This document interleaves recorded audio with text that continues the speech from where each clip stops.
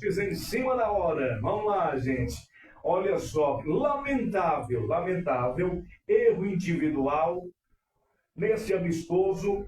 Primeiro tempo, o Brasil mandou em campo. Eu senti o primeiro tempo, vi o primeiro tempo, uma parte do segundo tempo. Então, realmente, o Brasil, para mim, foi melhor em campo. Mas houve um apagão. Brasil perde de virada para o Japão em dia de testes para Ancelotti. Ancelotti não ficou com a cara muito boa, não. O Brasil perdeu de virada para o Japão na manhã desta terça-feira, em amistoso disputado em Tóquio, com 8 mudanças em relação ao time que havia vencido a Coreia do Sul na última sexta-feira. A seleção fez o primeiro tempo, né, impôs no jogo e abriu 2 gols de vantagem. Mas, na segunda etapa, os donos da casa cresceram, Luizinho, e venceram por 3-2. Olha só, com 3 gols em um espaço de 20 minutos, Luizinho. Paulo Henrique e Gabriel Martinelli fizeram os gols para a seleção brasileira. E lembrando, gente, que o primeiro gol da equipe do Japão foi um erro do Fabrício Bruno. A segunda bola, por infelicidade, ele tentou tirar e jogou para o gol. O que acontece? O Ancelotti mexeu na frente, não entrou com o mesmo time. Colocou 2 ou foi 3 titulares, não sei, tem que dar uma olhada aqui, mas parece que foi só 2 titulares que jogou. Ele mexeu em todo o time. Algumas pessoas concordam por ele não mexer totalmente no time igual ele mexeu. Deveria ter mexido pouco aos poucos. Não ter tirado o Rodrigo, que era um 10, que fica flutuando, né, no campo, e outros nomes, igual Estevão e outros. Luizinho, você acha que o Ancelotti fez certo em mexer praticamente todo o time para ele ver, testar esses jogadores? E ele já tem um time pronto na cabeça, Luizinho? Olha, eu acho que a maioria dos jogadores já estão definidos, né? Até já tem uma lista de 16 jogadores, vamos dizer assim, uma pré-lista, né? De 16 jogadores, que se caso não tiver contusão, não tiver nenhum tipo de problema, já estão com o passaporte garantido. Agora, é claro que são, me parece que são 24, né? 25 jogadores. Enfim, então tem outras vagas ainda que precisam de ser observadas como ele está dando a oportunidade. Eu creio, assim, que o treinador, é evidente que não vai satisfazer muito a imprensa, porque a imprensa, o pensamento da imprensa é ter um time pronto já, mas só que foi queimado muito, o ciclo foi queimado, né, cara? 3 anos jogado fora, então tem que pensar nesse sentido também, porque se ele tivesse há 3 anos trabalhando, dando oportunidade para esses jogadores já em outros jogos da seleção, é evidente que ele já tinha afunilado mais e já dava para ele ter uma noção de qual jogador seria o mais ideal para a Copa. Só que no momento ainda tem alguma dúvida e ele teria que dar oportunidade para o jogador jogar, porque não adianta só convocar o jogador, até porque o Igor Jesus não teve a oportunidade, mas pela linha de raciocínio que eu estou seguindo, ele vai ter uma nova oportunidade e vai jogar os 2 jogos seguidos. Tá? Porque o Richarlison teve 2 oportunidades e na minha humilde concepção, ele não teve nenhuma desenvoltura para provar realmente que é um centroavante, que a seleção pode contar com ele, caso tenha necessidade da bola alta, necessidade da bola em profundidade, enfim, que ele tem velocidade, mas não tem demonstrado isso. Então, eu creio que vai chegar agora o João Pedro, pode chegar até o próprio menino do Cruzeiro, né, o Caio Jorge, que teve a oportunidade, mas contundiu, precisa ser observado ainda também, para que não haja injustiça. Porque, de repente, se ele convoca lá Militão, Marquinhos, o menino que é do Arsenal, que é titular, né? Não, do Arsenal, o zagueiro.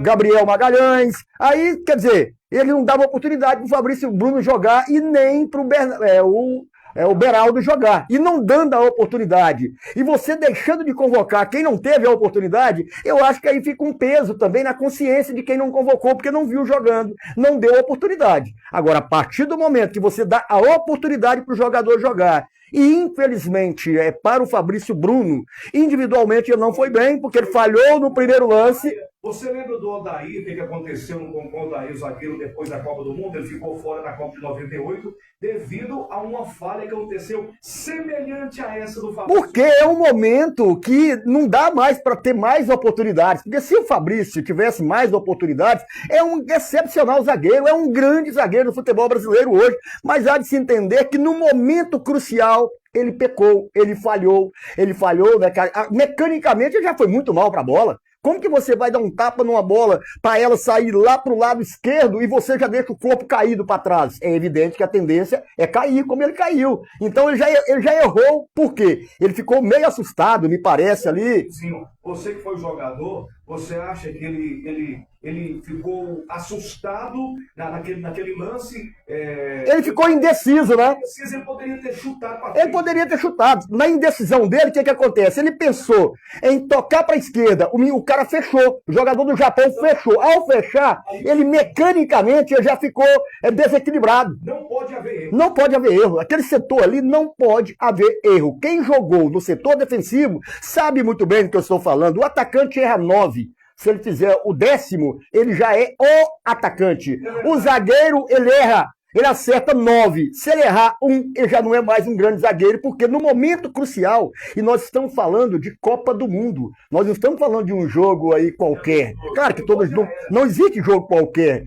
Hoje é um amistoso, mas é um amistoso que vai já clareando a mente do Ancelotti de qual jogador ele deve levar. Então eu creio que o Fabrício Júnior, o Beraldo me parece que já não estava muito assim, claro que teve uma oportunidade. O Ortiz deve ganhar oportunidade, viu, Luizinho? Léo Ortiz deve ganhar oportunidade novamente, mas eu ainda acho que esse meio aí tá meio fechado, tá? É muita gente no setor que são bons jogadores. É igualzinho o meu campo. Eu vejo que Bruno Guimarães e Casemiro tem a vaga garantida, tranquilo, porque quando saiu o Bruno Guimarães, o time perdeu muito na criatividade, porque o Casemiro é um jogador de marcação, chega na frente, mas depende um pouco mais do parceiro, para ter esse sincronismo, coisa que não teve quando saiu o Bruno Guimarães. Então, são perdas que são notáveis, mas que também precisavam de ser observadas para que o treinador, agora sim, convoque quem está pronto realmente, quem não está, infelizmente, fica... As convocações, eu creio que testes ele não vai fazer mais. Não tem mais teste, né, cara? Agora não tem mais teste. Quem aprovou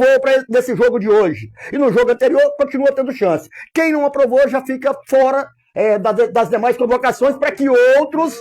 Vai vir amistosa contra a França, times europeus. Então o que acontece, Luizinho? Agora o Ancelotti já vai com o time da Copa. Não, agora é mais ou menos o time da Copa. Claro que um caso ou outro pode até ainda mudar, mas agora a tendência é essa. Até hoje não. Eu acho que se ele fizesse isso, eu acho que aí também eu não concordaria de levar um jogador para a seleção e não pôr para jogar. Porque para que convocar o jogador então só para ele andar de avião? Só para ele vestir a camisa da amarelinha? Não, ele tem que ter oportunidade para ele mostrar se está em condição ou não. Quem mostrou que está em condição provavelmente tem a vaga que, para mim, o PH, que é o lateral do Vasco, o Paulo Henrique, para mim, está muito na frente dos demais. Com todo respeito aos demais, porque ele encaixa, ele preenche aquilo que o Ancelotti gosta. Ele marca primeiro e quando tem um setor dominado, ele vai pro jogo. É isso que o lateral tem que fazer. Não é ser afoito, ficar dando as costas pro adversário.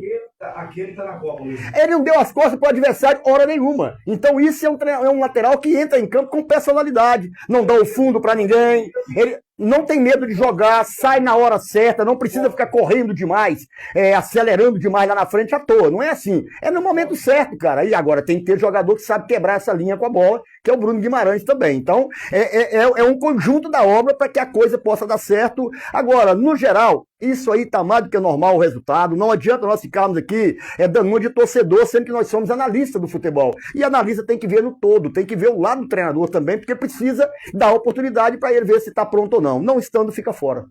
Agora, 12:22, eu não tinha pensado nisso, mas com as suas palavras, Luizinho, eu fui raciocinar e realmente eu vi assim... Para que não haja peso de consciência, tá? E que não haja cobrança da torcida. Você acha que a torcida do Cruzeiro tem coragem de cobrar hoje do Ancelotti uma convocação do Fabrício Bruno?